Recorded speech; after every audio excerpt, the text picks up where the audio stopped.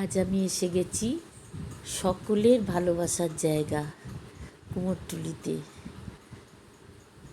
আমি মন থেকে তো চাই, সব সময় হয়ে ওঠে না, চেষ্টা করি সে দুর্গা পুজো, কালী পুজো বা সরস্বতী পুজো যাই হোক না কেন, একবারেই কুমোরটুলিতে পুজোর আগে আসবার।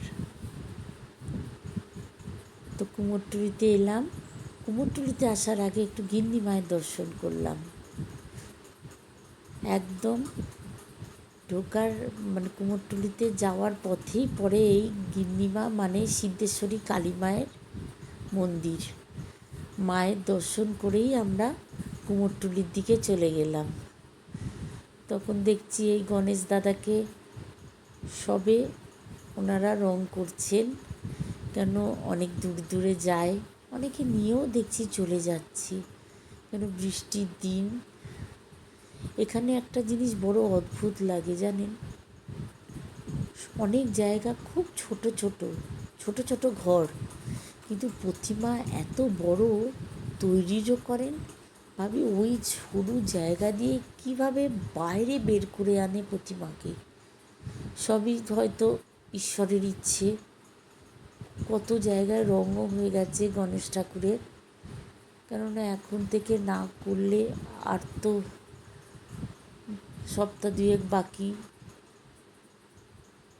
তারপর আমি একটু ভেতর দিকে গেলাম, নানা রকম শুধু তারপরেই দুর্গা পুজোর আগে বিশ্বকর্মা পূজা আছে, সেখানেও সব ঠাকুর দেবতা শুরু হয়ে তৈরি শেষের দিকে। গয়নার দোকানগুলোও দেখছি আগেকার অনেক আগে বেশি সোলার গয়না বা যাই হোক সোলার ব্যবহার করা হতো গয়না, কিন্তু এখন কি সুন্দর পুঁতি দিয়ে জড়ি দিয়ে কাজ হয়। তারপরে এই বাড়িটাতে দেখছি শুটিং চলছে কুমোরটুলির মধ্যেই। এই বাড়িটা কেমন ফাঁকা ফাঁকা, বাড়িটা কিন্তু খুব একটা লোক থাকে বলে মনে হচ্ছে না। দেখে চলে গেলাম, ঠিক তার উত্তর থেকেই দেখি গণেশ ঠাকুর। কি বড় বড় সব প্রতিমা। এখন রোদ্দুরে ওনারাও যতটা পাচ্ছে কাজ এগিয়ে যাচ্ছে। আপনারা কারা ভালোবাসেন কুমোরটুলি আসতে আমাকে কমেন্ট বক্সে লিখুন। কারণ কুমোরটুলি এমনই একটা জায়গা না, বড় মন টানে যে একবার কত দূর মা দুর্গা এগোলো বা অন্যান্য ঠাকুর কত দূর। ওনাদের তো এখন খুব ব্যস্ততা, নানা রকম ব্যস্ততার মধ্যে দিয়ে ওনারা এগিয়ে চলেছেন।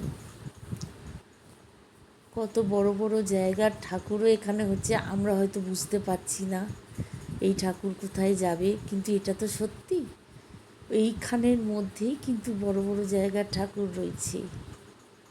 আমরা প্যান্ডেলে গিয়ে দর্শন করি যখন পুরো সাজ হয়ে যাবার পর, এখন বুঝতেই পারছি না। এই দেখুন স্প্রে করে রং শুকানোর চেষ্টা করছে যাতে তাড়াতাড়ি রংটা শুকিয়ে যায়। আপনারা সবাই ভিডিওটা দেখতে থাকুন, শেয়ার করে দিন, ফলো করে দিন। সবাই ভালো থাকুন, সুস্থ থাকুন, সঙ্গে থাকুন এবং পুজোয় অনেক অনেক আনন্দ করুন। টাটা।